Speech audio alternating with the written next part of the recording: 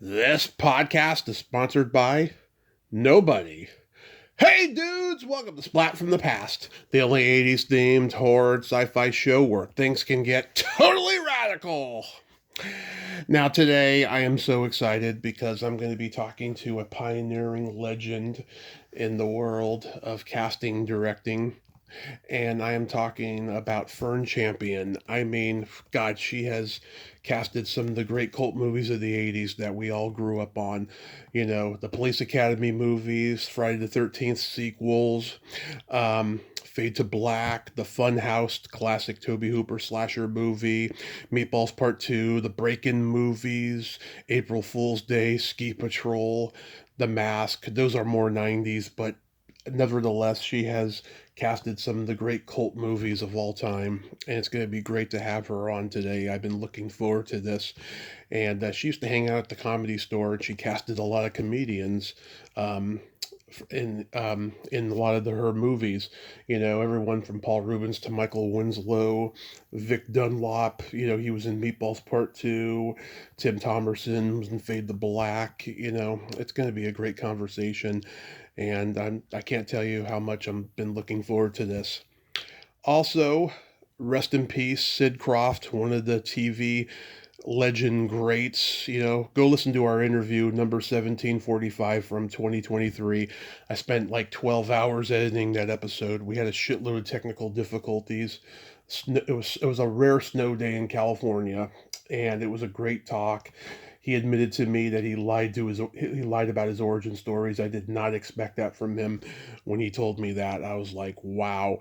And it was a great talk, and he'll be missed. At least now he's reunited with his brother Marty, who passed first, which was pretty boggling considering they're like 8 years apart in age. So yeah, here is my interview with Fern Champion.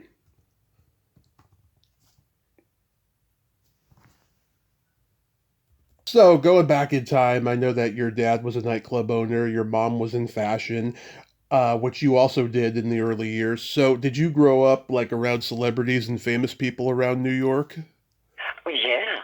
I mean, because my dad's club was on the Upper East Side, and it was a supper club, and it was one of those clubs where ladies were at the bar that sometimes finance got passed. So there were nights that he would not let me in, and he would send me up to Rodney Dangerfield's comedy club, which was up the block, Love it. and Gypsy, which was up the block. And of course, I was always getting into Studio 54 because he knew Ian, and it was pretty great growing up with these two people that loved each other. My mom was a model. She did quite a bit of fashion modeling across all over the world.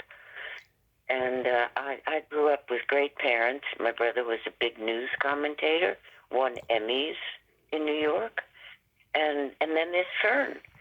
So yeah, it was always a good group. Doesn't it sound like it? Oh, absolutely. I mean, this was before the internet. Everybody kind of knew each other. It was much more communal back then. Oh my gosh, and at the boutique, I was just up the block from my dad's club, so of course he would walk up just to see how we were doing. And one night he caught myself and the owner really in the window. We just decided to get dressed up, and he walked past and he saw us like statues in the window.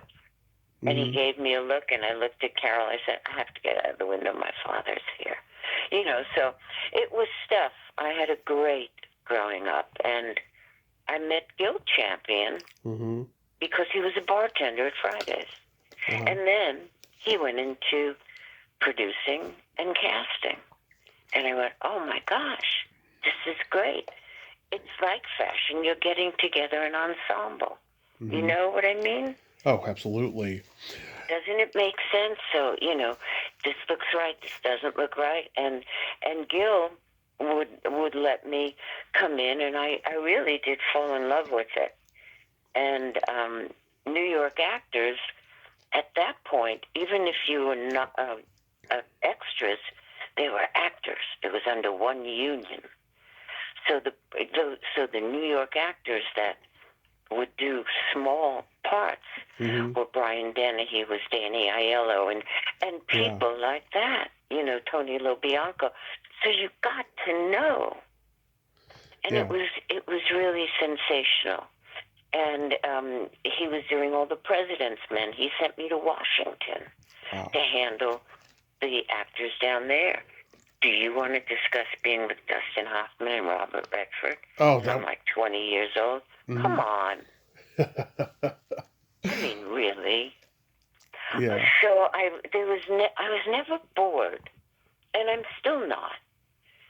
And then I'm introduced to Sergeant Pepper's, which Robert Stigwood was the manager of the Bee Gees. So he put them and made them the leads in Sergeant Pepper. And he said to me, who could be the old Sergeant Pepper? And George Burns came to life. Yeah. And at that point, there was a comedian that I watched on Johnny Carson that happened to have like an arrow in his head. Steve Martin. And his name was Steve Martin. And we made him Crazy Dr. Maxwell. Bang, bang, down. You know that song. Yep. And that was Steve Martin. So you... I'm sorry. So you casted those movies, or you were an assistant? Yes. Or... What do you think? I'm just telling you stories? No. Pay attention. Okay. We're not talking about accidents or tears. But I did. I cast Sergeant Pepper. And before that, Robert Stigwood and we did Saturday Night Fever. So Mr. Stigwood and the Bee Gees, they wrote all the songs. Yes. And here's the story why they never got the Grammy. Because to date, that soundtrack is still one of the number ones. Mr. Stigwood read an article, and it was called Saturday Night. Yeah. And he decided he was going to make a movie. Because it was about a girl, and she wanted to dance and get out of Brooklyn. And he gave it to the Bee Gees. He said, write a score. This is where I'm going. We're going to make the script. So when it came to script, and John was there, we worked to what the Bee Gees had recorded and other artists on a phenomenal soundtrack. So John walking down the street as it opened with the paint can, that was real. When I say real, the Bee Gees songs were already being played. Now come the point of the Grammys. They could not be nominated. Do you know why? Why? Because they wrote it from a magazine article. Tell me that sucks. That does suck. I mean, there was such rant and rave. It was ridiculous. But a magazine article, New York Magazine. The New Yorker, is that it? Yeah, I think. So that's a good story, Tommy. It is a good story. And right? I've talked to a couple people from Saturday Night Fever, Bruce Ornstein and Jimmy Gambino, who did the boxing choreography. He got hired by John G. Avildsen when he was the original director. That's exactly what I came in with Badham. And of course, he sort of eliminated anything that Avildsen did. That's what directors do. That's what networks do. When there's a new head at the network, they change everything. So, when John left, the next John came in. Yeah. And to this day, I'm still friendly with all the boys and with Donna. Karen was a unique choice. I'll just say unique and leave it at that. I like John Badham too much to go any further. All you have to do is God bless the editor. Did your parents support you going into casting? Yeah. You have to understand, look at the family I grew up with. Dad ran a nightclub. a lot of, hey, you'll do, hey, well, you'll do, hey, shit, you know, so I grew up, and my wedding, oh my gosh, the Knit Maddie, the horse, Charlie did this. It was just, and you know, if I showed the garter, I mean, so to go into this, they loved it. They loved it. My mom, we brought her White Castle doing Saturday Night Fever. I mean, I love it. It was ridiculous, the amount of fun. My brother, again, a big news commentator, so he was on the air every night. So I did come from that. And so there was always a sense of security of succeeding. Mm-hmm. I mean, when you have a mother in the 70s that was a model and this and that, she wasn't Donna Reed. You know? Yeah. And your father did not do a 9-to-5 grown-up job. You know, he got up at 3 o'clock in the afternoon and was picked up at 4 by his driver to go into the city to open up the inner circle. So there was nothing that stopped my brother or myself from succeeding. You know, yeah. He had the father, I had the mother. She taught me how to walk, put makeup on. Come on. So casting to me and meeting Fern Champion, it just made sense. Yeah. And it was great because even before I went out on my own, Gil was doing movies, and I would go on, like I said, all the presidents, man. Oh, what? You know, learn about Watergate? I didn't know what the heck Watergate was. Yeah. So I've been pretty privileged, and I'm proud of it. Oh, I really am. You got a lot to be proud of. How long was it before you moved to L.A.? Gil and I broke up, still friends, because the only thing I really wanted when we divorced was the name. Mm-hmm. May I keep the name? He said, of course. So that's my champion. And then I met this fellow, nameless, because it's just a why person. Uh-huh. Why did I marry him? Why did I stay with him? It's just a why. Right. X doesn't make sense in my world. But I did have 2 wonderful boys. To this day, I have. Mm-hmm. So that's a good part. But he was working for Telly Savalas and Kovac. And we did casting in New York, and I met this fellow. And he said, move to L.A.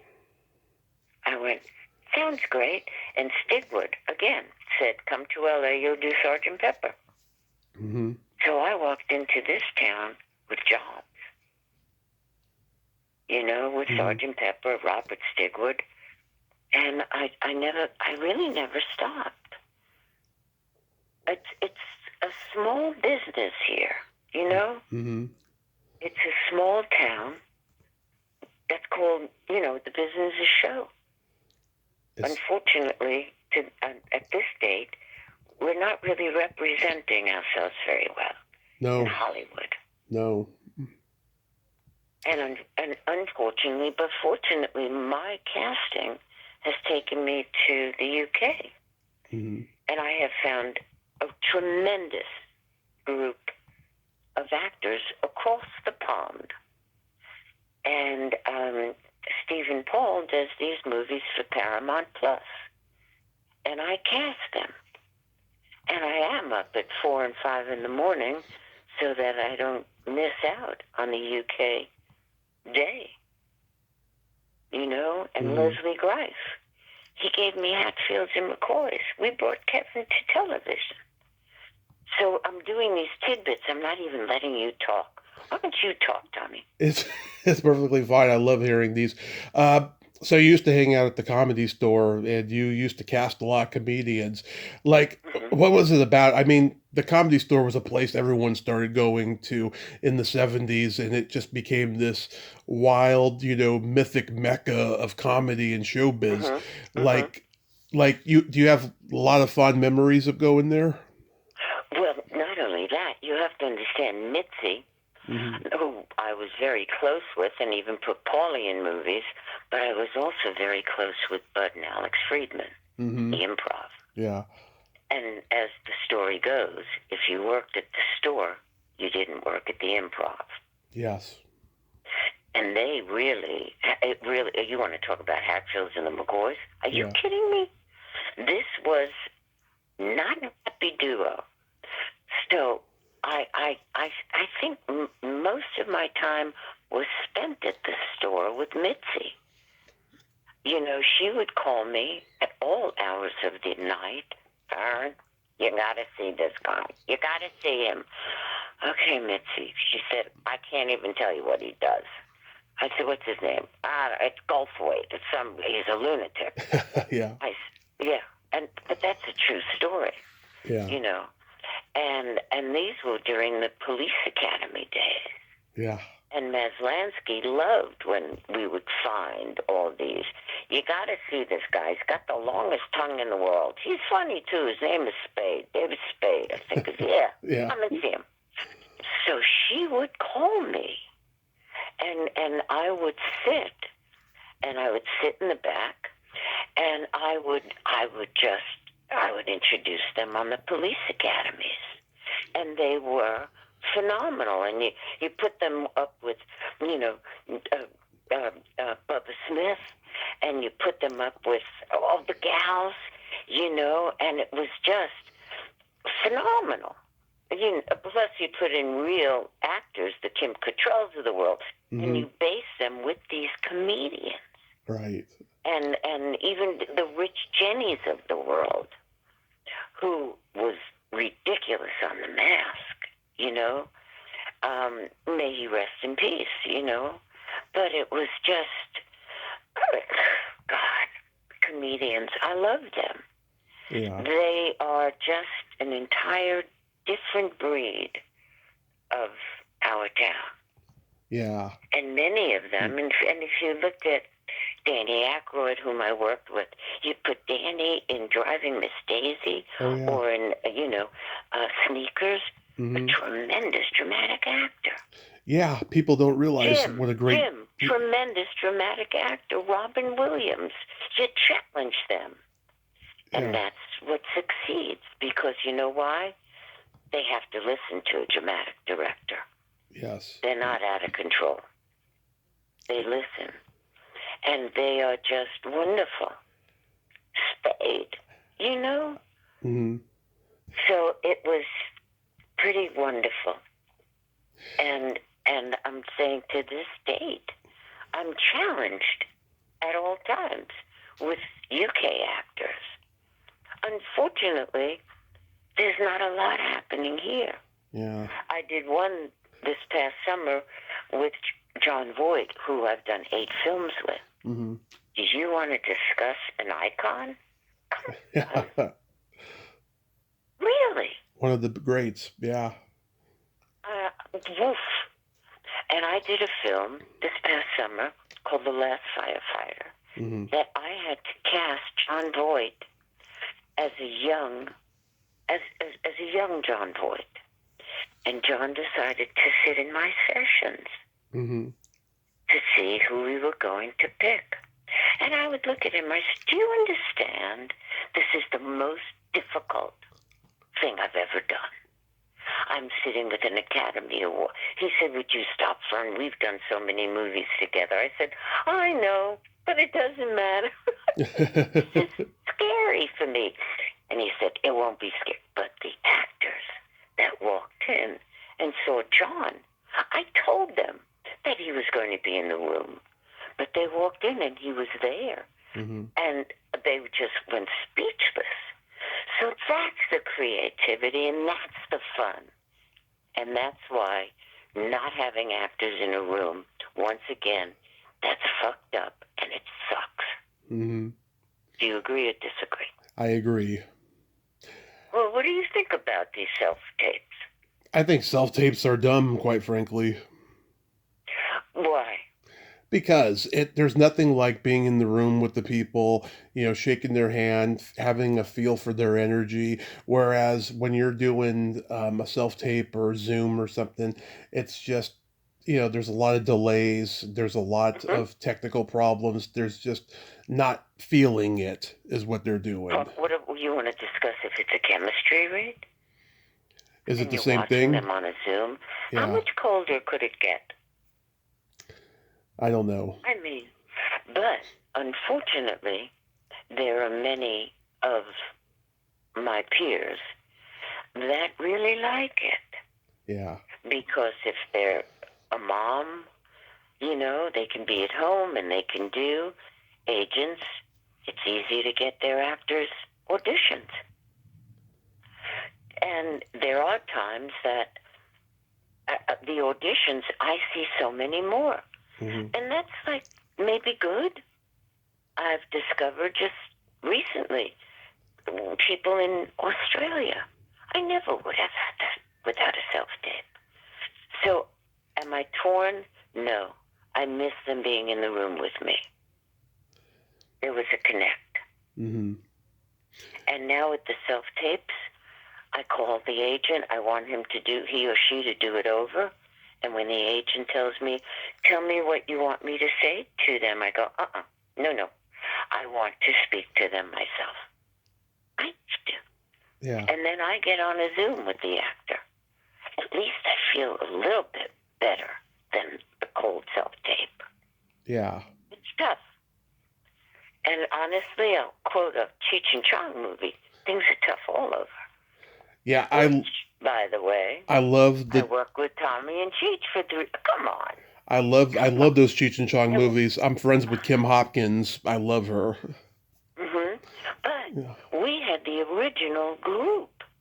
Mm-hmm. The first group of John Paragon and and Shirley Prestia, and of course Pee-wee, the Midnight Show. Phil Hartman, Tracy Newman. Phil, Doctor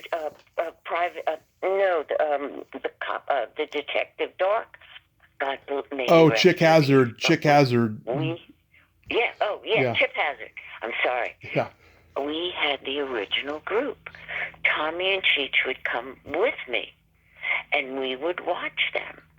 And they're eating McClurg. Are you kidding? No one better. But they were the originals. The originals. The first group. Yeah, Phyllis Katz, lots of great people. Yeah. And then they would say, we're going to a 12 o'clock show. There's this kid, and he goes by Pee Wee Herman, Midnight Show, and he's throwing little Tootsie Rolls at the audience, and he became part of the entourage.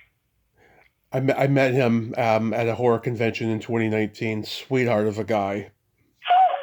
He used to send Christmas cards every Christmas, and so did Cameron Diaz, which is a whole other Oprah. Yeah. But, Pee-wee would send them, and my kids couldn't wait to see what Pee-wee said. They were always a look on him and love to the boys and this and that. Pretty great. Yeah. Things are tough all over. That's where you found Lance Kinsey. Uh-huh. Yeah. And that's where, if we want to move over to the police academies, which we touched on. We gotta. I had some wonderful cast members. Marion Ramsey. May she rest in peace. Yep. David Graff. They all left me. Yep. I talked to Kathy, his wife, all the time. Right? Yeah. I talk to Kathy Graff all the time. Yeah. I was talking to Toadie Smith for quite a while after Bubba passed. Mm-hmm. But it was just, we were all so close. Yeah. Oh, yeah, it was a big police academy family, Yes. Yeah, I've been so lucky. I've talked to Donovan Scott and Brent Von Hoffman and Scott Thompson. Right. Yeah. Right. Yeah, they do all these wonderful, and Bruce, I found he had a parrot. Do you remember that? Oh, he did have a parrot? Shayna. Oh, okay. Shayna. And she would sing, Shayna Madel. Hysterical stand-up with this parrot. Are you kidding? Magnificent work. And what's wrong with making someone laugh? Oh, it's the best thing in the world. There you go. Laughter's the And best medicine. honestly, my Achilles heel, when I get nervous or scared, I go to comedy. I have to do that. That's what gets me by. I have humor, especially in these times. Do you agree? I agree. We need laughter. Every day we need laughter. Yes. So what else do you want to Did know you about Fern? so much stuff here. Did you know did you discovered Sharon Stone for Police Academy 4? Yeah, I Yeah. did. She was probably coming off of the Alan Quatermain movies at that time. But you have to understand, I also put her into one of the biggest, longest-running miniseries called War and Remembrance. Oh yeah, with was that Robert Mitchum? Yes, it was. Yeah. And it was very funny because I didn't do Winds of War, but I was asked to do the Herman Wouk follow-up of War and Remembrance. And Dan Curtis said to me, well, we're going to have Robert Mitchum back. And I went, he's old. He's too old to play Pug Henry.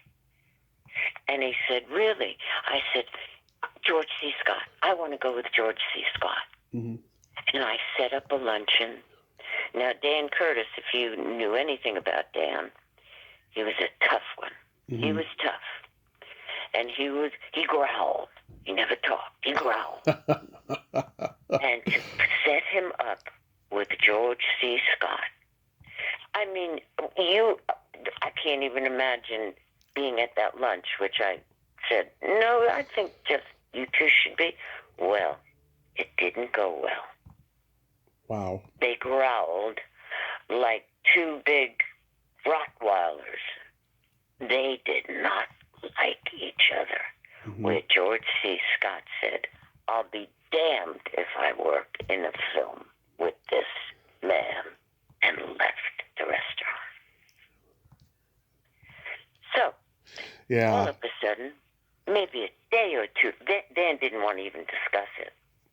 A day or two later, I get a knock at my door, and this man is standing there, and who is it? It's Robert Mitchum, who has been told I thought he was too old to play Pug. And he said, who are you? I said, my name is Fern. He said, you're a champion. I said, yes. He said, you certainly are. So what do you think? I said, I couldn't even talk. My mother, if she was in the room with me, I almost went to hum and hum and hum and hum. He couldn't talk. Jackie It was Gleason. Robert Mitchum, and I had the audacity to say he was too old. Wow. Well, regardless, he was Pug Henry, and I didn't know. He said, walk with me to Dan Curtis's office. And you couldn't talk. I couldn't talk. And he said, you really think I'm too old to play this? I went, no, oh God, no, no. Like an idiot. I couldn't get my words out. Anyway, yes, Sharon Stone. Yes, and she was quite good in that. Yes, she and was. then from the police academy days. And Sharon and I, we see each other from time to time. And it's always, we giggle about let's say, the old days. I've talked to a few people from Fade to Black, Linda Carriage and Marcy Barkin, Talk about a movie. Oh, one of the most underrated thriller horror movies ever. Right. Love it. That's right. And I found Mickey Rourke to be in that movie. I wanted him to replace Bruce. I did. And he was, oh my God, my head just went blank, the lead. Oh God. Dennis Christopher. Dennis. I said Bruce. What an idiot. Yeah. Cut that out. Okay. But they couldn't sign his contract. All of a sudden he thought he was the greatest of the greats. So I started looking, and I found Mickey. And I brought Mickey in. He should have been that lead. But you see, he had another role in it. And that's where Mickey was found, in Fade to Black. Yeah, he's fantastic in that movie and so scary right? too, because he was coming off of Breaking Away, which is a completely different role, and then now he's doing this. I mean, he is just a talented actor. Hmm. And you But had you got, and you it was quite a movie. yeah, Underrated, boy. very That was underrated. such a thriller. And you And have Mickey, when he walked in, and Vernon, Vernon was the director, mhm, and Vernon really didn't have a great way with actors. There are directors that are great with our actors and some that are not. And that's just the way it is.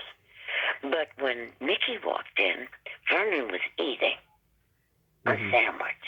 yeah, And Mickey looked at him. He said, Am I gonna read or are you gonna eat?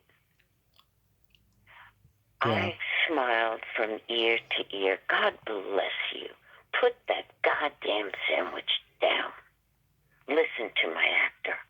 yeah. And Mickey, I knew, was a star. Okay, I can't discuss where Mickey went to, but I did follow up putting him in other movies. And then he took on a whole other person. You And- never know, right? right. And then you had the great Tim Thomerson play the cop with that bad mustache. TT's my fave. Yeah, TT. TT yeah. and I were an item for a minute or two. I Oh was yeah, crazy about him. oh yeah. Oh, totally. My kids loved him. My kids loved TT. Hmm. And Biff Maynard. I mean, the days of the Comedy Store with those. Yeah. Mike Binder. Oh yeah. You casted Vic Dunlop in Meatballs Part Two. That's right. Oh, God. You're bringing up films that, Yeah, I thought would be fun to do. yeah. I never wanted to do anything but funny. Joe And then Napodi. Dan Curtis said to me, You want to do War and Remembrance? Oh, that's funny. That's a real funny movie. But he stretched me out and made me know I could do them both. So I do owe him a lot.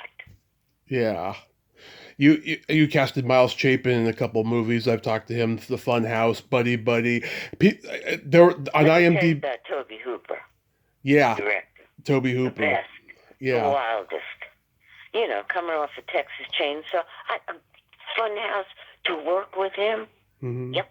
Had to smoke this little cigar. Yep. I adored him. He was the best director and quite creative with the Funhouse. Yeah. Buddy Buddy. That's Billy Wilder's last movie. That's right. A lot of people don't like it. I love it. I think it's one of the best of the Mathau and Lemon movies. I think. A quick story, not to bore you. Oh, As it's okay. I'm working with IAL Diamond and Mr. Wilder, Hmm. doing Don't Touch Their Lines, you don't fool around with their lines. I was also doing Cheech and Chong. Hmm. And I think when I sent Miles in, I told him, go big, go broad, do anything. I was telling him about Cheech and Chong. I thought I would have a fit when he came in. But he was doing what I told him to do for Cheech and Chong. Yeah. And Billy looked at me and he said, What is it? What is it? What? I gave him the wrong direction. But you want to talk about opposite ends of comedy? You want to talk about working with the great Billy Wilder on his last film? Hmm. Do you think I give a shit what anybody said? No. I worked with Lemon and Mathau and Billy Wilder and IAL Diamond. Yes, Yeah. I'm good. It's a Yes, I a worked with them. it's a very funny Right? movie. Yeah, it's a very funny movie when Mathau puts on that priest collar and Lemon's like, "Oh Christ!" My Italian Catholic grandmother thought that was hilarious. Well, you know something, off the record and on, it might have not been the funniest of the fun. Yeah, They were all getting on. yeah, For a casting director to be privileged to work with these Academy Award icons of yeah, Hollywood up to this day. yeah. I agree. Quoting Billy Wilder. I agree. Now you did You the. know? Hmm. You did the Friday the 13th sequels. Can you guess which one's my favorite? Did Tom do it? Yes. Yeah, Jason Lives, Tom McLaughlin. Right. Okay. I have that's how I started. John Goldwyn's brother. Tony Goldwyn. That's right. Yeah. And because John said, I got to get him a SAG car, I put him in one of the Friday the 13th. Did you find Carrie Noonan? Yes, I did. She's a friend of mine. And who else? I'll tell her you said hi. Ann Ryerson I've had on. Yes. Vinny and Cynthia Gustafaro. CJ Graham. Gustafaro was great. He was a good guy. Yeah. He's a good guy. Tom. He was like a dark comedian. Yeah. But, just great. Tom Matthews. Yes. Alan Blumenfeld. It might not have been the original. Yeah. But I was Crispin Glover. Let's not forget that. Oh, in the final chapter, yeah. Are you kidding? There were days that Crispin would say to me, "Oh, Tom, I can't work today. I'm in a rain mood." That was Crispin Glover. But he's a genius. That was a genius. Oh, he's a genius. He is. He's his dad. He's his dad in so many ways, but even more than his dad, Right. Yeah. Right. Bruce. Yeah, I got to interview him. He was an interesting guy. No doubt. A tough one, too. Yeah. One of the bad boys. Yeah. You didn't want to fuck around with Bruce. No. But he was a solid person on screen. And Ted White, he was ashamed of being known as Jason in the final chapter for years and years. And then he started doing the conventions, and then he embraced it. He saw how loved he was. Right. Listen, the Babylon 5s, I was never a sci-fi person, but to this day, they go on these cruises and sign autographs. Certain things just don't go away when they're solid. And those Babylon 5s, those police academies, those were the ones, the Friday the 13th, and then you segue, where do I go from here? Where can I go? Do I go to the Mask? Yeah. Is that okay with you? Oh, I love the Mask. Yeah, I saw it at the drive-in with my dad. Really? Yeah. It's odd to go to a drive-in. I've never gone to a drive-in with my dad. Oh, I went to. Who's with you? I went to the drive-in throughout my childhood. I tell you. I never went to a drive-in. My father was at the club with the ladies of the night. I went when I was on a date. They didn't have drive-ins in New York, did they? When I got married, I took the boys. But they didn't have drive-ins in New York in those days, did they? Well, they had it out on Long Island. Oh, okay. It wasn't far. Listen, there's nothing that we didn't have. Yeah. Come on. Was it your idea to cast Richard Jeni in The Mask? Of course it was. Yeah. And the crew really didn't like him. Really? Yeah, you don't find that. But listen, you knew his stand-up. Yeah. He was manic. I mean, many comedians are. Mm-hmm. Yeah. And when they're on the screen, they work, but doesn't mean when they said, okay, that's a print, we're moving on, that he wasn't a miserable person to my crew. Mm-hmm. That to this day, and the story's been told, they had to test the water before anybody would go in it, to see the degree of, I guess, toxic. Would that be the word? Yeah. Some of it was, it's okay. It was still a little toxic. They would let him go in, a little toxic. They hated him so much, my crew. Wow. Not that anything could happen, but because with the mask and everything. Yeah, Rich, no, it's fine. It's good. Not toxic. Hated him. Yeah. And he was hateable. But he was brilliant also.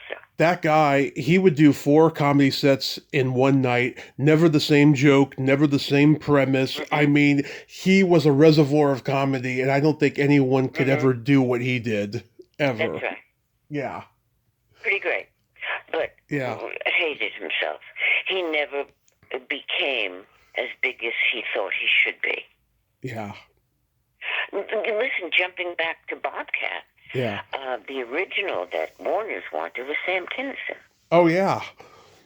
Do you know how many times this man missed a call to meet with Paul? Oh yeah, Sam was always he wanted to make movies, but he was very picky and like there's that story about him doing that movie Attitude. It Took.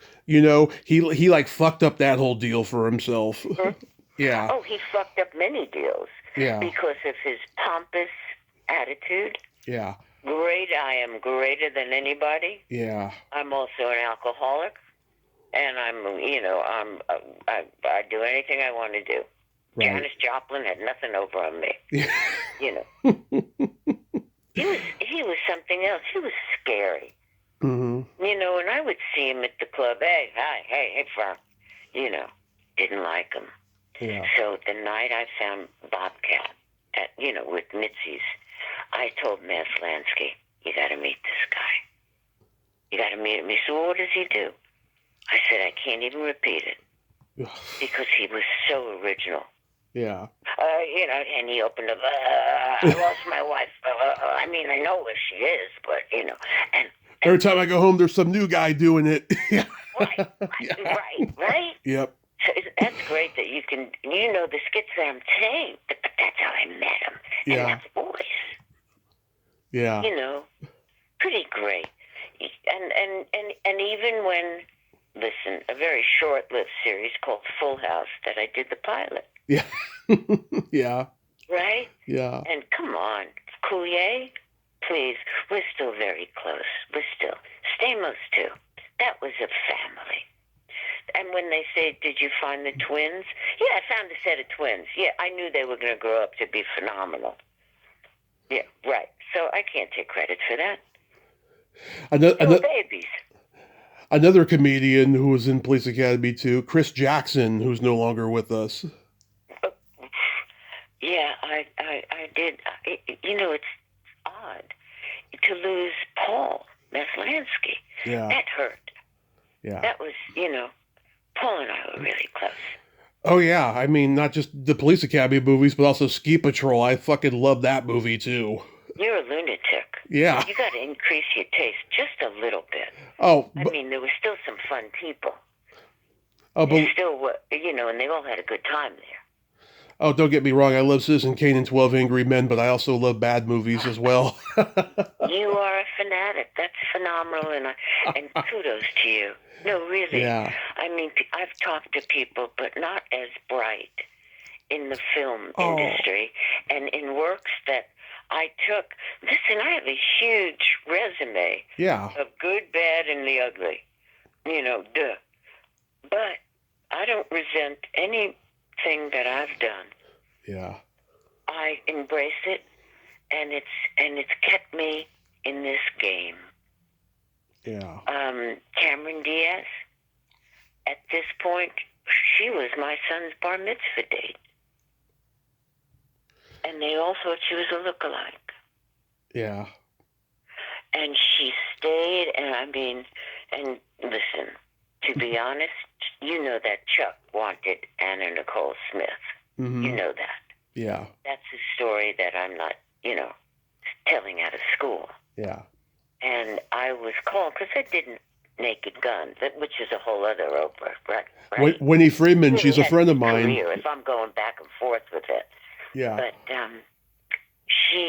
her agent called and said, they wanted to do your movie, but we think she should do Naked Gun too. Mm-hmm. I said, are you kidding? Of course she should. Absolutely she should. She shouldn't do this thing, The Mask. Oh, no. And I talked her agent into taking Mask. Taking the other movie immediately. Naked Gun 2, which crashed and burned, as we know. But at least she wasn't doing The Mask. Mm-hmm. And that's all I want. And I went through quite a bevy of magnificent models before Cameron walked in. And she said, I have no idea what I'm doing here. And I fell in love with her. Mm-hmm. That was it. She had no fear. She was gorgeous. Mm-hmm. She said, I've never done any acting. And we got her into dance school behind everybody's backs just to get a little dance in her, and got her with a vocal coach.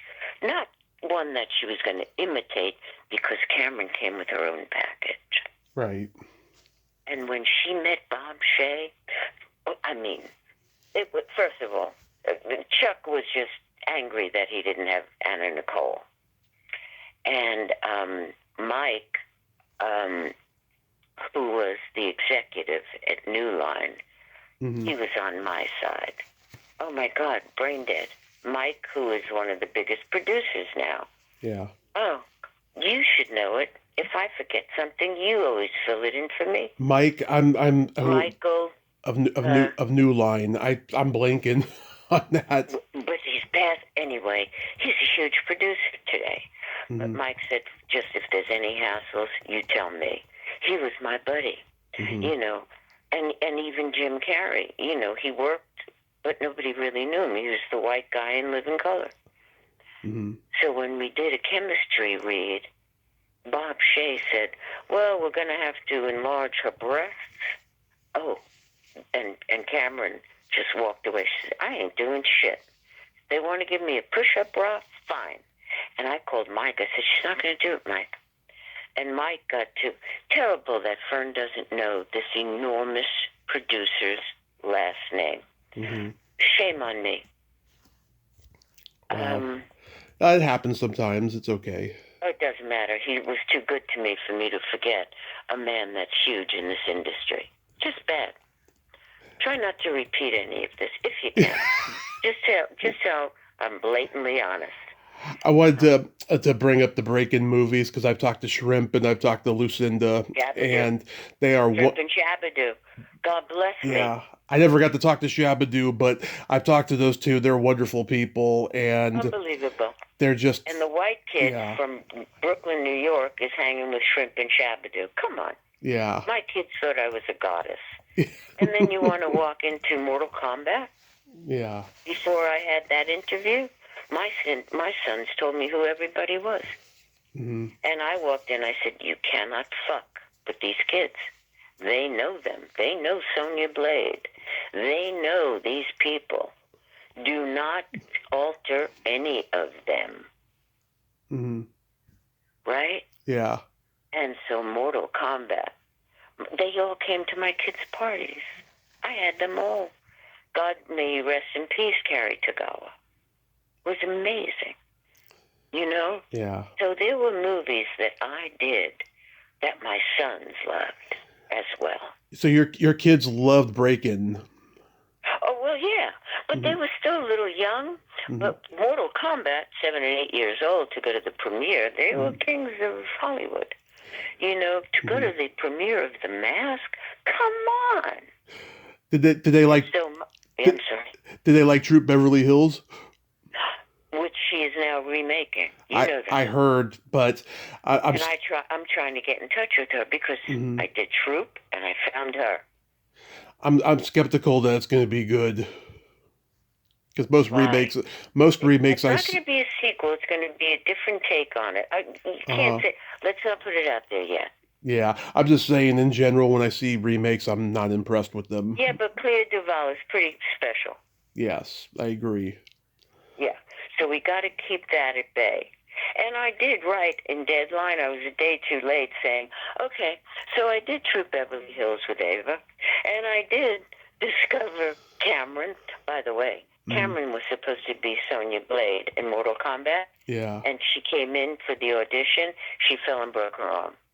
Exit Cameron Diaz. Thank God for Cameron. Well, the truth is, the night before, she and I were out celebrating, so we were a little wasted. I'm just saying. How about Spy Hard? How could you not love Spy Hard? Are you kidding me? But my dad took me to see that at the drive-in. Oh, you did? Yes. I mean, but, oh, God. Naked Gun? Yeah. The only one that I will say, the sequel, when Liam did it, I'll respect that one. But the others that tried to imitate and emulate, not on board when they came out. I still stand with the originals that I did. But Naked Gun was good. Yeah. Well, I heard Rick Friedberg in an interview say that Leslie Nielsen was pissed when Robert Culp was cast as the asshole on the airplane because Absolutely. I think they had a rivalry like when they were young or something. Yeah, he was. Yeah. But Rick was something to be reckoned with. Mm-hmm. It was a challenge, this one, Spy Hard. Yeah. And he was hoping it was going to be Naked Gun, but it wasn't. Yeah. But it was still really good. Yeah. Well, the problem is, when Leslie Nielsen tried to be funny, he wasn't funny, but when he was his deadpan self, he was hilarious. Of Airplane, all of those. That's the Zucker brothers. That's Joel You bring Thurm. in dramatic actors. That's Joel Thurm. He casted that movie. Of Airplane? Yeah, Joel Thurm did. Yes. But Naked Gun was the same thing. Listen, they told me to find somebody that should never be in a movie, and a sports person. Mm-hmm. I did go to Jack Gilardi. I said, you handle all of them. It's either going to be Marcus Allen or OJ. He goes, it's OJ. He's the dumbest fuck I've ever had. He said, you can't give him any lines, and if you do, that's on you. My friend is... And the rest is history. My friend is the girl in the driver's ed, Winnie Friedman.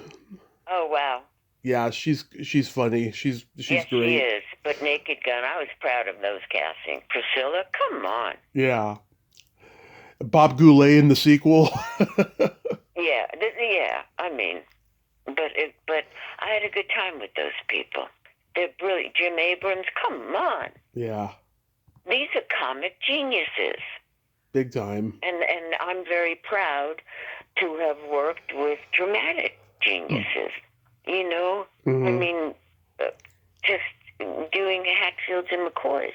I said to Leslie Greif, who's producing it, I said, these people are not attractive people. I mean, cousins married cousins. And I said, so, working with Aaron Spelling and doing, Mm-hmm. 90210, I really, I'm not into ugly people, Leslie. And the rest is history. Look at the cast I put together. I put an Abercrombie and Finch model. I put Matt Barr, who was the CW poster child. I mean, these were good-looking men. Come on. And that's why it did so well. The women watched this show. Mm-hmm. It was Kevin Costner, Bill Paxton. Yes, I agree. Did you get to see it?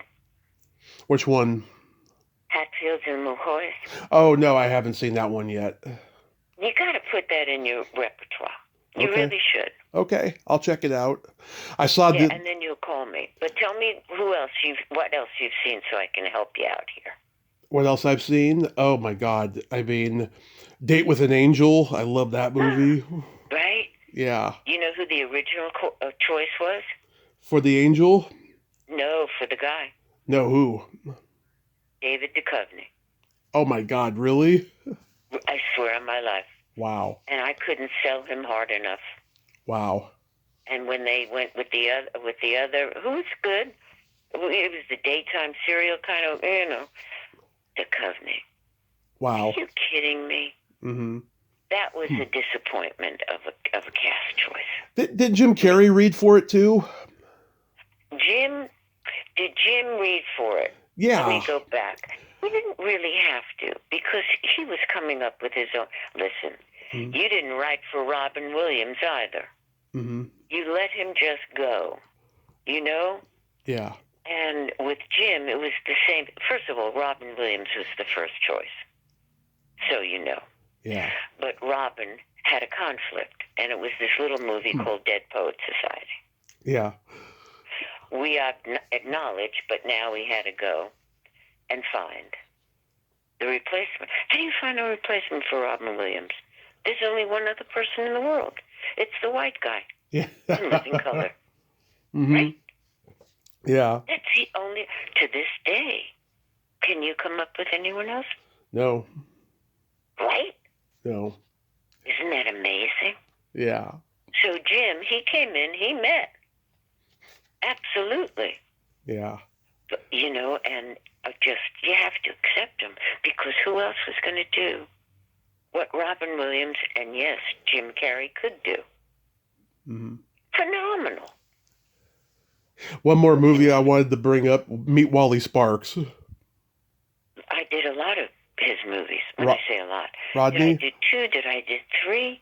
I think maybe 2 or 3. But I knew him because I'd have to hide at Rodney's club. My father would call Rodney and say, let us stay there for the night, and then put her in a cab and send her home. I don't want her in the inner circle. Yeah. Stay at Rodney's.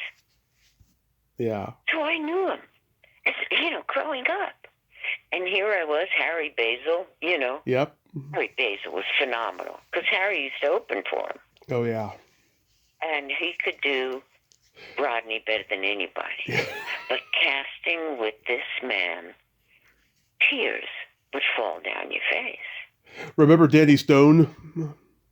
Oh, well, what I do remember is David Ogden Stiers. Because Danny Stone could do Rodney really well. Not as good as Harry. Yeah. Nobody was good as Harry to this day. Mm-hmm. To do Pacino, Harry Basil can do the best of them. But I brought David Ogden in to meet Rodney, where Rodney was starting to lose it a little bit. And we weren't even talking about dementia or any of that. And just he was odd, and smoking a lot of weed. And I had bring David up to his gorgeous apartment in the elevator, and when it opens up to Rodney's apartment, you could smell some weed. Yeah. I mean, not could. It was permeating his apartment. Mm-hmm. And David Ogden, when we left, he said, if I get this role, Fern, it's going to cost them. Because weed was not, legal. And he just said, no, this is going to cost you much more to work with this person. But he did work with him, and he was phenomenal. Yeah. I think that's the last great movie Rodney did. I think so, too. Yeah. But the best part of it was watching him work. Yeah. That was the fun. It's seeing Leslie Ann Down as that prostitute nurse. Seeing Leslie Ann Down as that prostitute nurse. you gotta love. Come on. Yeah. Listen, what about jumping back to Police Academy with George Gaines and Georgina Spelvin underneath? Yes. I did an email interview with George. Forget that to ask me. I did an email interview with Georgina when I first started the podcast, and because she's very shy, and she told me she was under the thing. She told me she gets recognized for that every day. Every day. Yeah. That was the best piece of casting we ever did. Yeah. Oh my God. George Gaines' expressions. I know. I heard him say in an interview, he says, that was my debut in porno. Exactly. He was brilliant, George Gaines, wasn't he? He was. He said he based his performance off of Jacques Tati. But just anything that he did was great. Yeah. Yeah, Tootsie and lots of good stuff he did. Yes. So what else can I fill your ears with nonsense and comedy? Well, to wrap this up, I'm curious. You mentioned earlier about how Hollywood's not what it once was. It seems these days casting's a lot more harder because everything's voted by a committee now, it seems, in the corporate structure of the studios. I mean, corporate. Let's just leave it at that. Yeah. Corporate. So, do you still enjoy... They are businesses now. But do you still enjoy doing it, or do you want to retire? Huh? How dare you? No, I mean, does it ever frustrate you? Does it ever frustrate you? No. You can keep that in, and you can hear my comment. Go fuck yourself. Why would I retire? I hope you don't. I want you to keep going. Well, I don't care what you say, because you just asked me if I was going to retire. You know how busy I am, sir? I know. You're super busy. And what? So why would you say that to me if we're going to be friends? The truth of the matter is, I will have to retire, but I won't say it like that. I'll just get the fuck out of L.A., and I'm going to move to Europe. I want to move to a place that I will enjoy, and that would be Greece. I don't necessarily have to learn another language. I wanted to go to Portugal. My sons laughed. They Oh, said, yeah. Mom, watching you learn Portuguese, forget about it. I went, okay, let's go to Greece. So if you call that retirement, I just call that pleasure. Good. Yeah.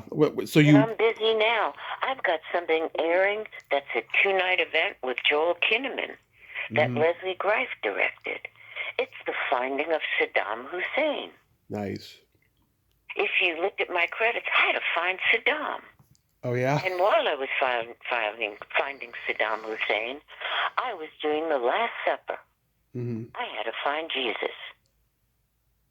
Do you want to talk about when Billy Wilder met Cheech and Chong? That's one thing that I went crazy. Oh, You want to really? discuss Jesus and Saddam at the same time? Oh, yeah. I'd like to hear that story. How did that go down?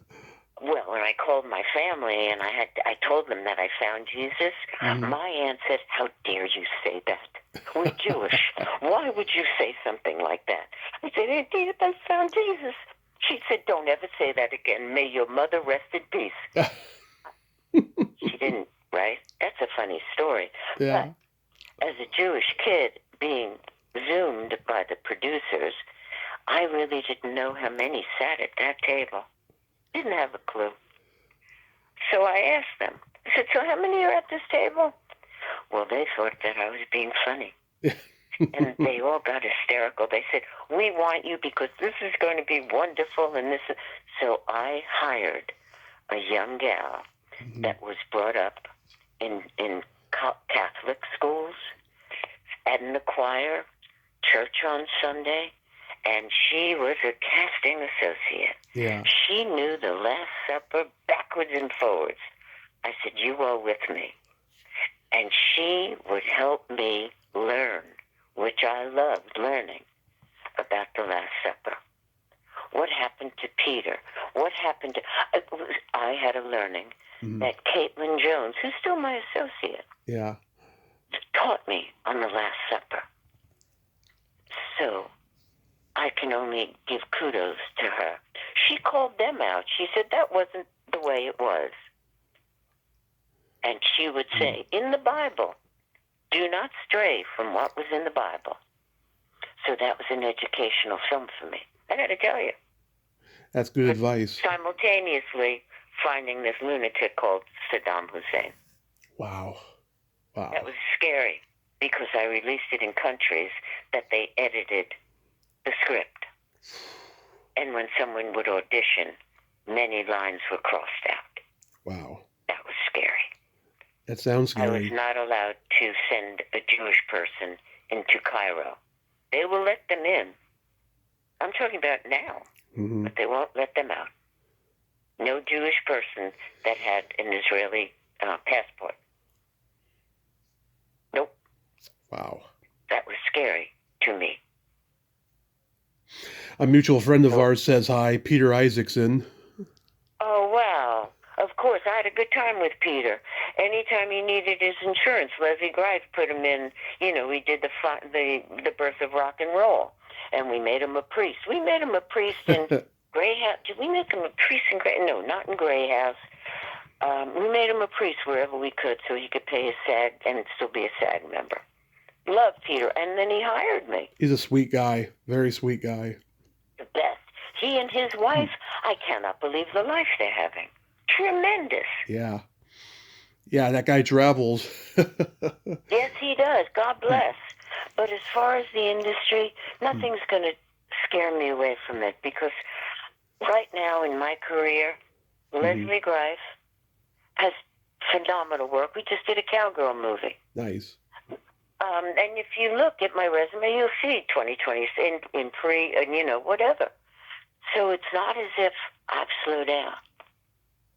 And Stephen Paul does these movies for Paramount Plus. Mm-hmm. I'm not shy. Working with John Voight. Oh, working across the pond. Working in Bulgaria, in the UK. Yeah. And you ask me that disgusting word, retire. I'm sorry. I didn't mean in a derogatory sense. You should be. I didn't mean it in a derogatory sense. Oh, you know something? But didn't I take it comedically? What? Don't ever say that. Yeah. First of all, unless you're going to give me a solid gold watch. And that doesn't happen. That's fair, right? That's fair. That's fair. But when you hear that I'm in Greece, congratulate me. I will. I promise. All right? I hope you got everything and more. I sure did. And I'd like to end this on a couple jokes. Okay. What do you call a boy? Am I telling them? Oh, okay. I'm telling them. Oh, if you could tell me some too. You could tell me some too. Okay. What do you call a boy that doesn't masturbate? What do you call a boy that doesn't masturbate?